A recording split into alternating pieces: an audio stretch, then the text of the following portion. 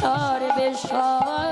তুমি মাতা তুমি পিতা তুমি মহেশ্বর, তুমি মাতা তুমি পিতা তুমি সর্বেশ্বর। জয় গুরু জয় গুরু জয় গুরুর জয়, জয় গুরু প্রাণ গুরুর জয়। জয় গুরু জয় গুরু নিতাই গৌর হরি হরি বল। জয় গুরু প্রাণ গুরু শ্রী গুরুর জয়। একবার জয় গুরু জয় গুরুর জয়, জয় গুরু প্রাণ গুরুর জয়।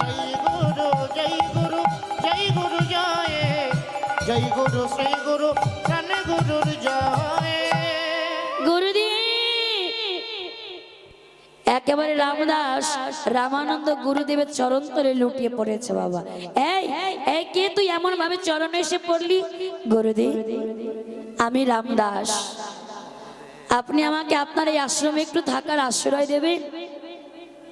রামদাস আমার এই আশ্রমে থাকতে হলে তো একটা শর্ত মেনে থাকতে হবে। বাবা কি শর্ত? আমার এই আশ্রমে থাকতে হলে তোকে প্রতিদিন মুষ্টি ভিক্ষা করে এনে দিতে হবে। অমায়েরা মুষ্টি ভিক্ষা কাকে বলে গো? একদিনে গোটা গ্রাম ভিক্ষা করাকে মুষ্টি ভিক্ষা বলে না, ঠিক 3টে বাড়ি থেকে এক মুষ্টি করে ভিক্ষাকে বলা হয় মুষ্টি ভিক্ষা। আর তুই যদি প্রতিদিন মুষ্টি ভিক্ষা করে এনে দিস তবে আমার আশ্রমে তুই থাকার আশ্রয় পাবি। ছোট্ট রামদাস গুরুদেবকে বলেন, গুরুদেব আমি কথা দিচ্ছি আপনার জন্য আমি প্রতিদিন ওই গ্রাম থেকে মুষ্টি ভিক্ষা করে এনে দেব। আর এই গুরুদেবের কথা মতোই রামদাস প্রতিদিন বাবা ওই গ্রাম থেকে মুষ্টি ভিক্ষা করে এনে দেয়। হরি বল হরি বল। রামদাস যখন মুষ্টি ভিক্ষা করে এনে দেয়, সেই গুরুদেব কি করেন? ওই মুষ্টি ভিক্ষা দিয়ে নিজ হাতে রন্ধন করে আমার ভগবানকে সেবা দেয়। আজ অনেক দিন কেটে গেল, রামদাস ভালোভাবে গুরুগৃহে থাকতে শুরু করলেন। ভগবান দেখছে ভক্ত আমার দেখানো পথে তো তুমি ভালোই আছো, দেখি আর একটু ঘষি মেজে তুমি কেমন কত বড় ভক্ত। হরি বল হরি বল। এই রামদাসকে আবার পরীক্ষা করবার জন্য ভগবান কি করলেন? ইন্দ্রকে স্মরণ করলেন। ইন্দ্র পবন ও বরুণ দেবকে স্মরণ করলেন। বাবা ইন্দ্র তুমি তো বজ্রের দেবতা, আজ তুমি এত বজ্রপাত ঘটাও যেন সেই বজ্র ঘন ঘন পড়ে। পবন তুমি হলে ঝড় বাতাসের দেবতা, আজ এত ঝড় বাতাস দাও যেন মোটা মোটা গাছপালা ভেঙে মাটিতে আছাড়ে খেয়ে পড়ে। হরি বল হরি বল।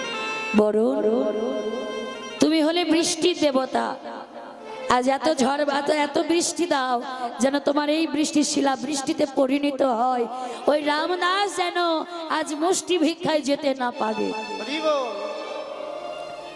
ভগবানের কথা মতো আজ ইন্দ্র শুরু করলেন ঘন ঘন বজ্র।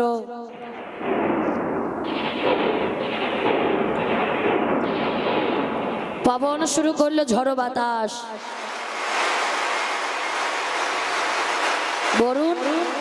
বরুণ শিশু বাবা শুরু করলো বৃষ্টি। চারিদিকে যখন ঝড় বৃষ্টি বজ্র একসঙ্গে হচ্ছে, আর ঠিক সেই সময় রামানন্দ গুরুদেব বলে উঠলেন, রামদাস যা বাবা মুষ্টি ভিক্ষা করে এনে দে। গুরুদেব বাইরে এত ঝড় বৃষ্টি, আজকে ভিক্ষায় না গেলে হতো না? আমি তো আগেই বলেছিলাম দাস আমার আশ্রমে থাকতে হলে তোকে প্রতিদিন মুষ্টি ভিক্ষা করে এনে দিতে হবে, আর আজ যদি তুই মুষ্টি ভিক্ষায় না যাস এখনই আমার আশ্রম ছেড়ে বেরিয়ে যা। বলছে না গুরুদেব, আপনার আশ্রম ছেড়ে চলে গেলে তো আমার আর কোথায় থাকার আশ্রয় হবে না, কারণ এই জগৎ সংসারে যদি আমার নিজের বলতে কেউ থাকে সে হলো আপনি। আমি আপনার চরণ ছেড়ে কোথায় বা যাব? আমি যাব গুরুদেব, আমি ওই মুষ্টি ভিক্ষায় যাব।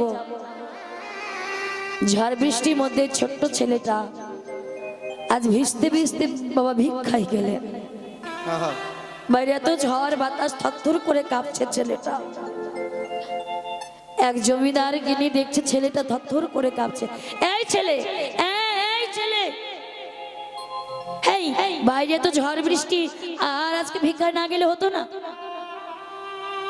এই ছেলে শোন, কাছে কাছে কাছে ডেকেছে রামদাসকে। আর রামদাসের মুখটা দেখে মা মায়ায় পড়ে গেছে জমিদার গিন্নি। হ্যাঁ রে, আজ এই ঝড় বৃষ্টিতে ভিক্ষা করতে এসেছিস, কোনো দুর্ঘটনা তো হয়ে যেতে পারে,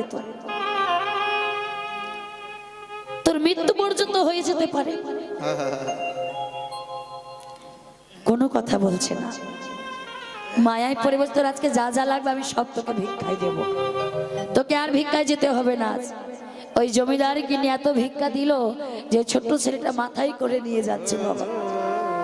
সে গুরুদেবের কথাই মুষ্টি ভিক্ষার কথা ভুলে গেছে। আর যেই না মুষ্টি ভিক্ষার কথা ভুলে গিয়ে ওই জমিদার গিন্নির কাছে থেকে এত ভিক্ষা নিয়ে গিয়ে গুরুদেবের হাতে দিয়েছে। আর গুরুদেব প্রতিদিনের মতো নিজ হাতে রন্ধন করে ভগবানকে সেবা দিয়েছে। আর সেবা দিয়ে যোগাসনে দেখছে ভগবান সেবায় বসছে কিনা।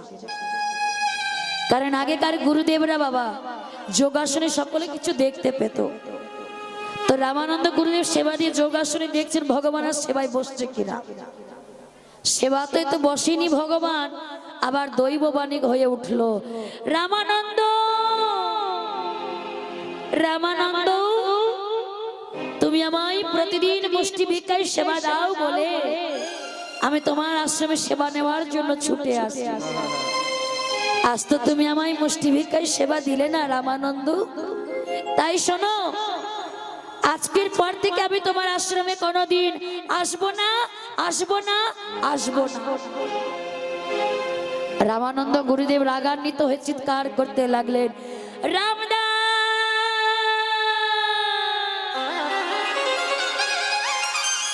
রামদা।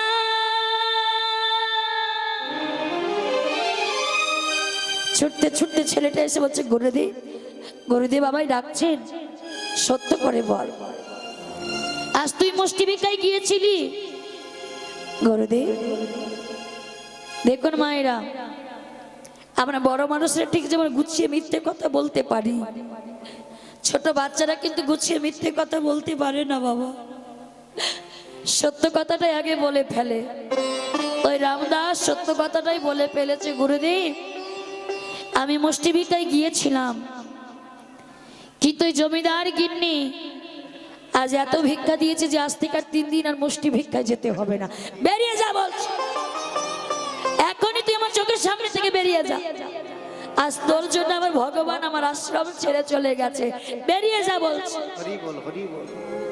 আছাড় খেয়ে পড়েছে গুরুদেবের চরণ তলে। গুরুদেব আমার ভুল হয়ে গেছে, গুরুদেব আমায় ক্ষমা করে দিন গুরুদেব। চরণ ছাড় রামদাস, ছাড় চরণ। লাথি মেরে ফেলে দিচ্ছে বাবা, আবার চরণ দুখানি জড়িয়ে ধরেছে। গুরুদেব এবারের মতন আমায় ক্ষমা করে দিন, চরণ ছাড় বলছি রামদাস, চরণ ছাড় বলছি, চরণ ছাড়বি না তো? এই বলে বাবা একেবারে লাঠিটা তুলে মারলে একেবারে রামদাসের পিঠের ওপরে।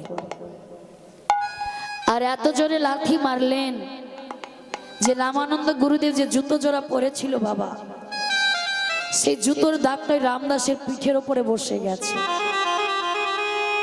তাহলে কত জোরে লাঠিটা মারলে ওই রামদাসের পিঠের ওপরে জুতোর দাগটা বাবা বসে যায়।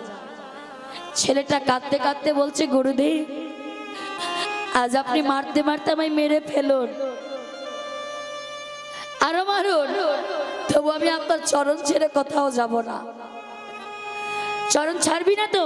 তোকে এত মারলাম, চরণ ছাড়বি না? তবে আমি তোকে অভিশাপ করছি রামদাস, এই জন্ম তোর এখানেই শেষ, আর পর জন্মে তুই এক মুচির ছেলে হয়ে জন্ম নিবি। নিতাই গৌর হরি বল, হরি বল, হরি বল, হরি বল। ছোট্ট রামদাস সে বলছে, গুরুদেব কে মুচি কে সুচি আমি জানি না, কে বড় জাত কে ছোট জাত আমি জানি না। পর জন্মেও যদি মানুষ কুলে তুমি আমায় জন্ম দিও, তাহলে আমি যেন সেই জন্মে যেন তোমার চরণে আশ্রয় নিতে পারি, এইটুকু আমার অনুরোধ, যেন তোমাকেই আমি গুরু রূপে পাই প্রভু। রামানন্দ গুরুদেব তখন বলছো, রে তোকে এত মারলাম, এত অভিশাপ করলাম, তারপরেও তুই পর জন্মেতে গিয়েও আমারই চরণ চাস। হরি বল হরি বল। এবার কিন্তু রামানন্দ গুরুদেব আর থাকতে পারলেন না। বাবা কাছে আয় বাবা, তোর মতো ভক্তকে হৃদয় মন্দিরে ধরে আমার হৃদয়ের জ্বালাটা শীতল করি। ওরে আমি তো আমার অভিশাপ ফিরিয়ে নিতে পারবো না, তবে আজ আমি তোকে আশীর্বাদ করছি, ওই মুচির ছেলে হয়েও তোর যেন কৃষ্ণ কৃপা হোক, কৃষ্ণ কৃপা হোক, কৃষ্ণ কৃপা হোক। নিতাই গৌর হরি হরি। হরি বল হরি বল হরি বল। তাহলে বাবা, তাহলে মুচি বলে আর সূচি বলে কোনো কিছু হয় না। মুচি হয়ে সূচি হয় যদি কৃষ্ণ ভজি, আর সূচি হয়ে মুচি হয় যদি কৃষ্ণ ত্যাজি। রাধে রাধে। রাধেশ্যাম। তো আজ আমার মহাপ্রভু বলছেন এই ঘাটে কোনো জাতির ভেদাভেদ হয় না, শুধু তার একটাই পরিচয়, আমি ভগবান আর বাকি সব আমার ভক্ত।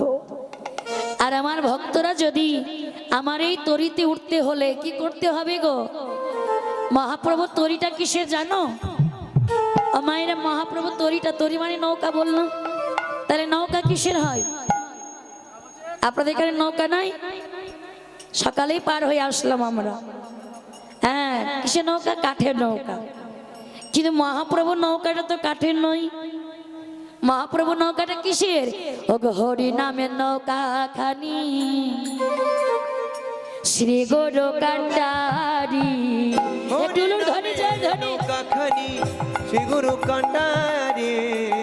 হরি নামের নৌকা খানি শ্রী গুরু কান্ডারি। আর সংকীর্তন কে রয়ালো দোবাহ পশারি।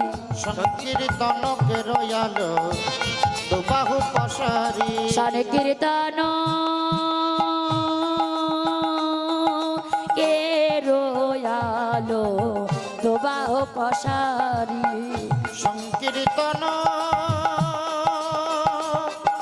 কে রয়ালো দুবাহু পশারি। একবার দাঁড়াইলে হলো গো, দাঁড়াই